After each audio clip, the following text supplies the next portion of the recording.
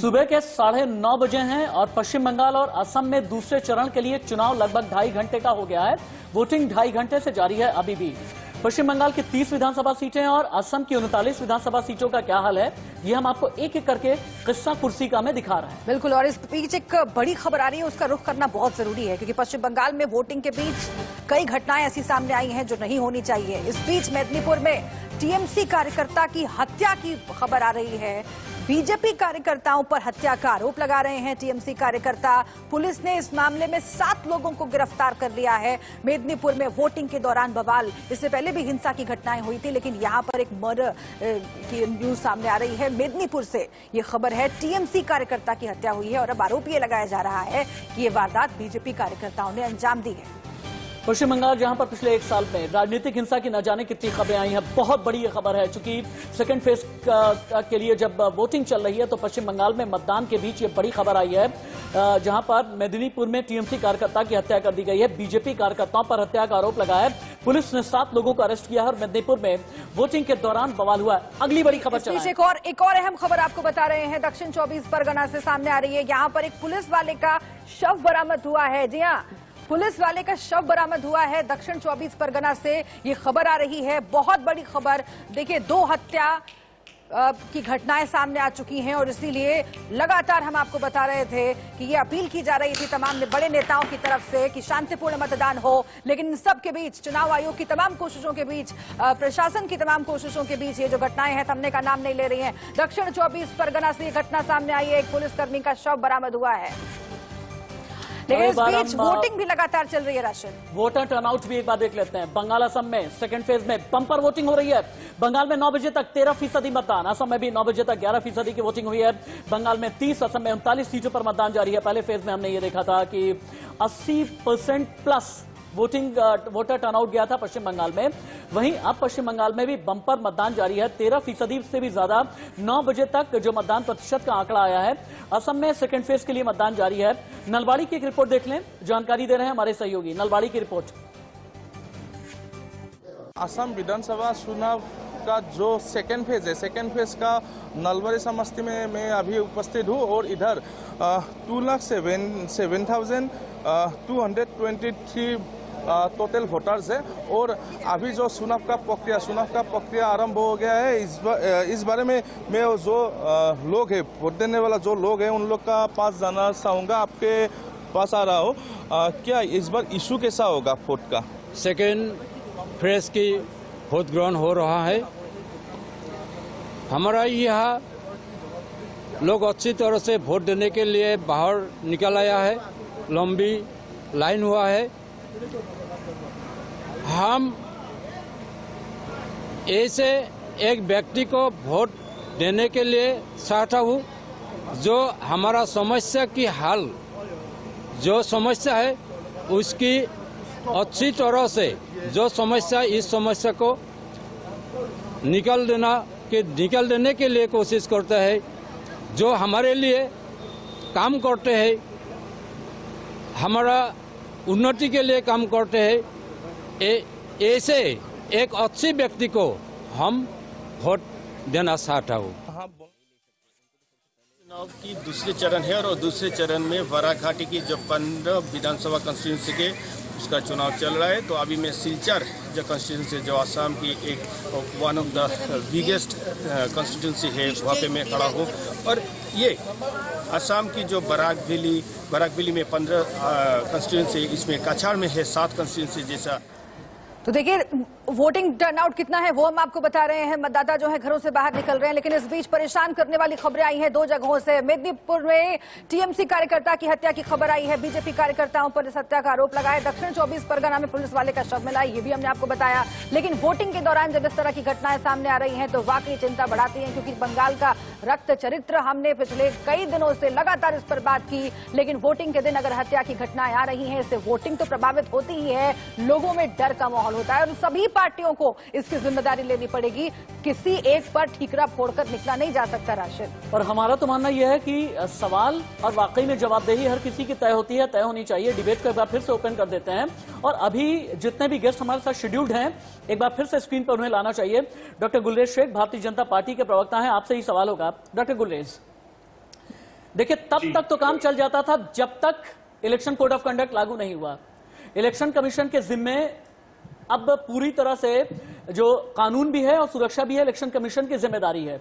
Central forces भी भेजी गई हैं, और अगर मेदिनीपुर में या कहीं पर भी अगर टीएमसी कार्यकर्ता की हत्या हुई है, टीएमसी वाले ये कहना है कि बीजेपी वालों ने हत्या करवाई है, तो जवाबदेही आपकी भी होती है, आपको भी जवाब देना चाहिए। शुभेंदु अधिकारी अपील कर रहे थे टीएमसी से कि शांति बनाए रखिए, हिंसा मत कीजिए, लेकिन मेदिनीपुर से जो आया है वो तो बिल्कुल अलग तस्वीर बयां कर रहा है। गुलरीत साहब, देखिए रशीद, अभी चुनावी वातावरण गर्म है, ये नहीं बोल सकते आपकी टीएमसी का कार्यकर्ता था कि कौन राइट, जांच में मालूम पड़ेगा। बड़ा आसान होता है कि कोई भी शव मिले या कोई भी हत्या हो तो उस पर टीएमसी ये कहते कि हमारा कार्यकर्ता है और बीजेपी ने हत्या की है, इस पर शक है। तो अभी ये मालूम कर ले दीजिए, क्योंकि अभी ये जो समय होता है ना इलेक्शन का, उसमें बहुत सारी चीजें होती हैं और जिसको मुद्दा बनाया जाता है, जो नॉन मुद्दा होता है उसको बनाया जाता है। तो हो सकता है कि कोई आपसी रंजिश हो या कुछ हो जिसमें कोई तत्व हुआ हो। एक बात ये बताएं, आपके ऊपर अगर सवाल उठे तो ये आपसी रंजिश है, और टीएमसी वालों के ऊपर सवाल उठे तो ये कातिल। हालांकि फिर भी मैं देवव्रत रॉय से सवाल करूंगा। देवव्रत रॉय, एक मुख्यमंत्री का इकबाल वहां पर होता है जहां पर कानून व्यवस्था यानी लॉ एंड ऑर्डर को बना करके रखा जाए और माहौल ठीक करके रखा जाए, जहां पर किसी भी तरह का डर पनपने न दिया जाए। लेकिन ममता बनर्जी ऐसा कर नहीं सकी। ये 10 साल में मुख्यमंत्री का इकबाल क्यों नहीं बुलंद हो पाया? वो मुख्यमंत्री जो परिवर्तन के नारे के साथ साथ एक और नारा लेकर के आई थी, मुझे आज भी याद है, 10 साल पहले ममता बनर्जी ये कहा करती थी, हाथे बॉम्ब मुखेर प्रेम एर नाम सीपीएम, हाथे बॉम्ब मुखेर प्रेम एर नाम सीपीएम। याद है ये नारा कि हाथ में बम है, मुख में प्रेम है, यही सीपीएम है। आज आप कहां पर खड़े हैं? कहां पर खड़े हैं आप? देखिए कहां पर खड़ा है वो तो स्टैटिस्टिक बताया है ना हम लोग। नहीं, खून का कतरा जो होता है ना राय साहब, खून का कतरा ना कभी स्टैट से नहीं चलता, खून का कतरा ना कभी आंकड़ों से नहीं चलता। जीवन एक जाए, 10 जाए, 100 जाए, खून का कतरा कभी भी डेटा से नहीं चलता। देखिए हम लोग को वेस्ट बंगाल का परिसंख्यान देखिए डबल से ज्यादा है, लड़कियों का हत्या हम लोग से डबल है। अरे यही तो पूछ रहे हैं आपसे, हम यही तो पूछ रहे हैं, जिम्मेदारी किसकी है? पुलिस किसकी है? जरूर है। देखिए बात है अभी जब सीबीआई आ जाए तो कोलकाता की सड़क पर मुख्यमंत्री बड़े पुलिस अधिकारी के साथ बैठ जाती हैं, बचाने के लिए बैठ जाती है ना। देखिए हर तरह में पॉलिटिक्स का रंग लगा देने का सांबादिक का कर्तव्य है, वो करिए हम लोग, ऐसा कोई बात नहीं है। लेकिन अभी इलेक्शन का मौसम में इधर डोल खेला हो रहा है, होली खेला हो रहा है, किसी का ऊपर रंग छिड़ रहा है, उसमें भी पॉलिटिकल कलर लगा दिया जा रहा है, ये तो ठीक बात नहीं है ना हर तरह में यार। अभी तो इलेक्शन कमीशन का अंडर पूरा प्रशासन है, अब तो ममता बनर्जी का जिम्मेदारी नहीं है, अभी तो इलेक्शन कमीशन का जिम्मेदारी है। ठीक है, एक सेकेंड, प्रिया सहगल जी के पास मैं चलती हूँ, क्योंकि बंगाल का जो रक्त चरित्र है राशिद, इस पर हम लगातार बात करते रहे और दोनों ही पार्टियों से हमने पूछ लिया, हमने बीजेपी से भी पूछ लिया, टीएमसी से भी पूछ लिया। अगर एक तरफ हमला होता है तो आरोप लगाने के लिए पार्टियां सामने आ जाती है, लेकिन जब खुद पर बात आती है तो उसे आपसी रंजिश का नाम दे देती है। प्रिया सहगल जी, आपका लंबा अनुभव रहा है और कई चुनाव आपने पश्चिम बंगाल के देखे होंगे, और इसीलिए मैं समझना चाहती हूं कि पहले से ही ये सब तमाम चीजें चली आती हैं। कहा जाता है कि पहले लेफ्ट और टीएमसी के बीच में ये अदावतें चलती थी, अब टीएमसी और बीजेपी के बीच में चल रही है। लेकिन पहले की घटनाओं का हवाला देके या पहले के आंकड़ों का हवाला देके आज जो हो रहा है, क्या उससे मुंह मोड़ा जा सकता है? एक सवाल, क्या जो ममता बनर्जी की सरकार है वो इससे मुंह मोड़ सकती है? लेकिन अभी चुनाव का मौका है, इसीलिए जो केंद्रीय फोर्स है वहां पर, जो सेंट्रल फोर्सेस है, उनकी जिम्मेदारी भी बनती है। लेकिन पार्टियों की जिम्मेदारी कितनी बनती है? क्या पार्टियों को अपने भीतर झांक कर देखना चाहिए? और जिन इलाकों में ये घटनाएं सामने आई हैं, दक्षिण 24 परगना में पुलिसकर्मी का शव बरामद हो रहा है, मेदिनीपुर से इस तरह की घटना सामने आ रही है, जिन इलाकों से ये घटनाएं सामने आ रही है उसके क्या मायने हैं? प्रिया जी, तो जैसे कि आपने कहा कि पहले हुआ था, उसको आप बहाना बना के ये नहीं कह सकते कि ये तो बंगाल का चरित्र ही है, पश्चिम बंगाल का, ये तो होता ही है, ये होता ही है। इसीलिए तो इलेक्शन कमीशन ने भी चुनाव को लंबा स्टैगर किया हुआ है। एक बात, दूसरी बात, ये सभी इसमें सभी पार्टियों की गलती है। हम बीजेपी और टीएमसी एक दूसरे पर आरोप लगाएंगे, लेकिन ये चुनाव में ऐसा जो मूड बन गया है, जिस तरह से एक दूसरे ऊपर मैं कहूँ कि सबसे ब्लडियस्ट बैटल है तो ये पश्चिम बंगाल में है। इसमें बिल्कुल खून खराबा ही आगे ये बात, बिल्कुल इसमें चुनाव तो हो ही नहीं रहा है मुझे लगता है। तो ये इसमें दोनों ही पार्टियों को लेना पड़ेगा इसकी जिम्मेदारी। और मैं एक चीज बताना चाहती हूँ कि पिछली बारी जब हुआ थे ये चुनाव हुए थे, तो जब अमित शाह उस समय पार्टी प्रेसिडेंट थे, उन्होंने चुनाव के बाद, अगर आपको याद होगा, बीजेपी ने सिर्फ असम जीता था, यही दौर थे, उन्होंने ना तमिलनाडु जीता, ना वेस्ट बंगाल जीता, ना या केरल जीता। तो उन्होंने सब जगह कहा था कि मैं बाकी भी चीफ मिनिस्टर्स को मैं बधाई देता हूं। उन्होंने ममता बनर्जी का भी नाम लिया था, उस समय उन्होंने केरल सीएम का नाम नहीं लिया था। तो पूछा गया था उनसे कि आपने केरल के चीफ मिनिस्टर है, वो बीजेपी के नहीं है, पर आपने बाकी भी नॉन बीजेपी को बधाई दी, तो इनको क्यों नहीं दी? उन्होंने कहा था क्योंकि केरल में चुनाव इतना खूनी था, इतना खराब था कि मैं अपने वर्कर्स को कैसे बताऊंगा कि मैंने दूसरी साइड के चीफ मिनिस्टर को बधाई दी जब उन्होंने चुनाव इतनी गंदी तरह लड़ा। अब ये बात बंगाल में आ रही है। बंगाल में चुनाव इतना ऐसे होगा कि जो भी पार्टी जीतेगी, बिल्कुल ये बहुत देर लगेगी, क्योंकि हम कहते हैं ना चुनाव के बाद सब को फिर राजनीति करनी चाहिए, अब चुनाव खत्म हो गया है, लेकिन इस तरह का चुनाव हो रहा है कि राजनीति करना भी बहुत मुश्किल होगा, चाहे कोई भी पार्टी जीतेगी। और सिर्फ टीएमसी बीजेपी की हम बात क्यों करें, भालचंद्र जी, चूंकि आप सीपीआई का रिप्रेजेंटेशन कर रहे हैं, पश्चिम बंगाल की राजनीति में अगर पॉलिटिकल वायलेंस है तो इसके पीछे क्यों न लेफ्ट को भी जिम्मेदार ठहराया जाए? इसके पीछे की एक वजह है, 60 के दशक में जब नक्सलवाड़ी से आंदोलन निकला, चारू मजूमदार या कानू सान्याल वाला जो आंदोलन निकला, इस आंदोलन को पहले तो एक पॉलिटिकल पार्टी के तौर पर लेफ्ट की तरफ से, वामपंथियों की तरफ से हाईजैक किया गया। बंगाल में चुनाव के बीच हिंसा भी जारी है। बड़ी खबर एक और आ रही है, टीएमसी नेता उत्तम दुलाई के साथ में बदसलूकी की गई है। बांकुरा में उत्तम दुलाई के साथ बदसलूकी हुई है। टीएमसी ने ट्वीट कर घटना को शर्मनाक बताया। सत्ता के लिए बीजेपी कुछ भी करने के लिए तैयार है, ये टीएमसी की तरफ से कहा गया। एक बार भालचंद्र जी के पास में चलते हैं। भालचंद्र जी, मैं आपसे यही सवाल करना चाह रहा था कि 60 के दशक में जब नक्सलवाड़ी से आंदोलन निकला तो उसे हाईजैक किया वामपंथियों ने। हाईजैक करने के बाद इस आंदोलन का किस तरह से इस्तेमाल किया गया, ये पूरा भारत जानता है। इतिहास के पन्ने पलट करके मैं आज देखना बिल्कुल नहीं चाहूंगा जहां पर वाकई में रक्त चरित्र हुआ करता है, लेकिन वो चाहे ज्योति बसु रहे हो, चाहे बुद्धा बाबू रहे हो, पॉलिटिकल वायलेंस रोक नहीं पाए। आज की तारीख में अगर आप लोग रोक लेते तो बंगाल में इतना रक्त रंजित राजनीति इतनी देखने को ना मिलती। इसकी जिम्मेदारी आप लोग भी लेते हैं या नहीं लेते हैं? आपका आर्ग्यूमेंट देखकर मुझे हमारे पंतप्रधान नरेंद्र मोदी जी की याद आती है कि पिछले 70 साल में देश में कुछ नहीं हुआ, ये लगातार वो लगाते रहते हैं, और जो कुछ हुआ वो पिछले 4 साल में हुआ ऐसी बात बताते हैं। देखिए, बंगाल में जो हुआ है, वो नक्सलवादी जो थे उन्होंने किसको मारा? पहले कम्युनिस्टों को मारा। ये आपने पहले याद रखिए, सीपीआई सीपीएम के लोगों को मारकर उन्होंने अपनी राजनीति चलाई थी। इसको देखिए। और आज की बात करेंगे तो आप मीडिया वाले, कल जो ममता बनर्जी ने स्टेटमेंट दिया वो क्यों नहीं बता रहे?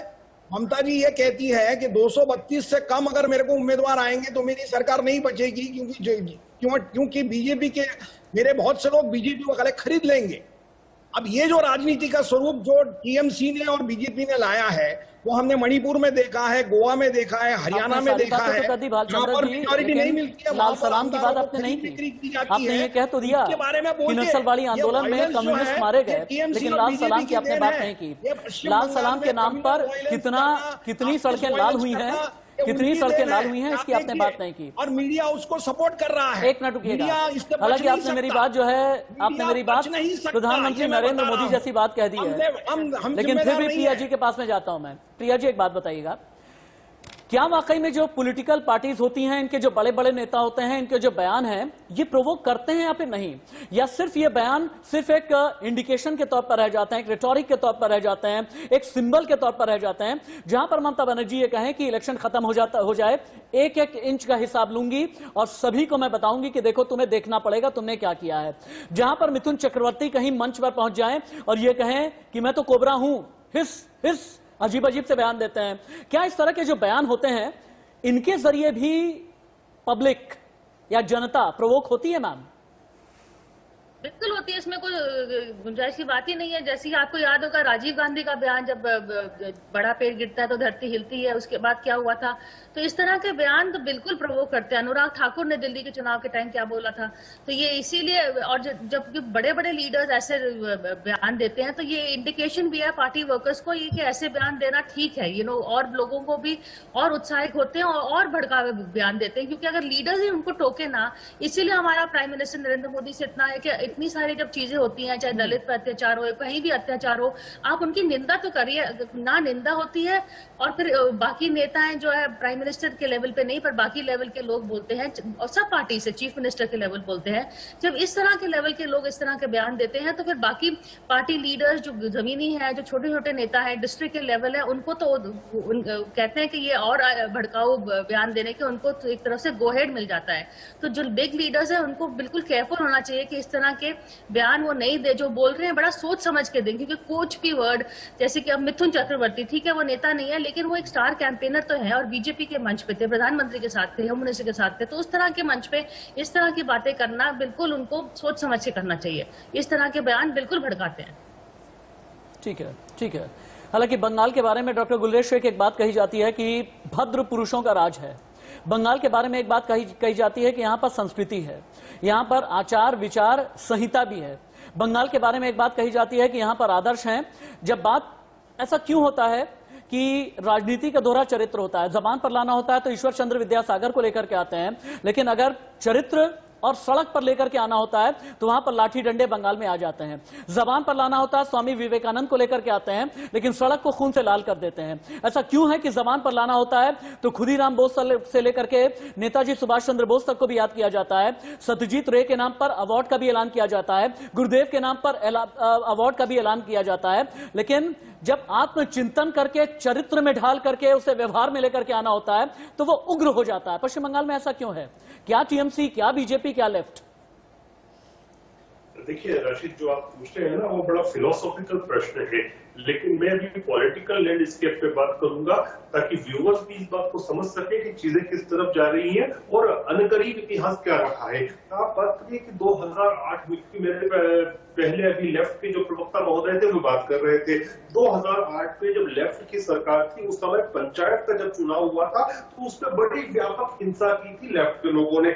तो उससे हुआ यह था कि विशेषकर जो रूरल बंगाल है, अर्बन से ज्यादा ग्रामीण अंचल था, उसमें व्यापक रोष था, व्यापक गुस्सा था। तो उस वजह से ये हुआ कि 2008 में जो हिंसा करता है लेफ्ट पंचायत चुनाव में, 2009 में जो लोकसभा का चुनाव हुआ था उसमें टीएमसी को 19 सीटें मिलती हैं, उनका मोमेंटम शुरू होता है। उसके बाद 2010 के निकाय चुनाव होते हैं, उसमें टीएमसी ओवरग्राउंड और फिर 2011 में ममता बनर्जी दीदी जो है वो मुख्यमंत्री बन जाती है। अब आप थोड़ा सा इसको टर्न अराउंड कीजिए, 2018 में वापस थे, अभी ये भी जो 2018 गया कुछ साल ठीक है, लंबी लिस्ट आप गिनवा रहे हैं, लंबी लिस्ट आप गिनवा रहे हैं गुलरेज शेख साहब, वैसा ही।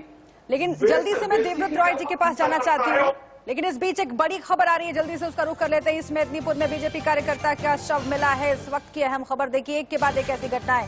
नंदीग्राम के भेकुटिया में बीजेपी कार्यकर्ता का शव मिला है। मतदान केंद्र वाले बूथ से कुछ ही दूरी पर ये शव बरामद हुआ है। पेड़ से लटकी हुई बीजेपी कार्यकर्ता की लाश। ये बहुत बड़ी खबर है। पूर्वी मिदनापुर के नंदीग्राम में भेकुटिया में बीजेपी कार्यकर्ता की संदिग्ध हालत में लाश मिली है। जिस पोलिंग बूथ पर उसे वोट डालने जाना था, चंद कदम दूर पर ही ये लाश गांव के पेड़ से लटकी हुई मिली है। परिवार वाले आरोप लगा रहे हैं कि टीएमसी के लोग काफी दिन से उसे वोट न करने के लिए धमका रहे थे, बीजेपी का प्रचार करने से भी रोक रहे थे। मृतक का नाम है उदय शंकर दुबे और ये ईस्ट मिदनापुर में बीजेपी कार्यकर्ता की लाश मिली है। अपने आप में आज की तारीख में बहुत बड़ी खबर है। इसी बड़ी खबर के साथ एक छोटा सा ब्रेक।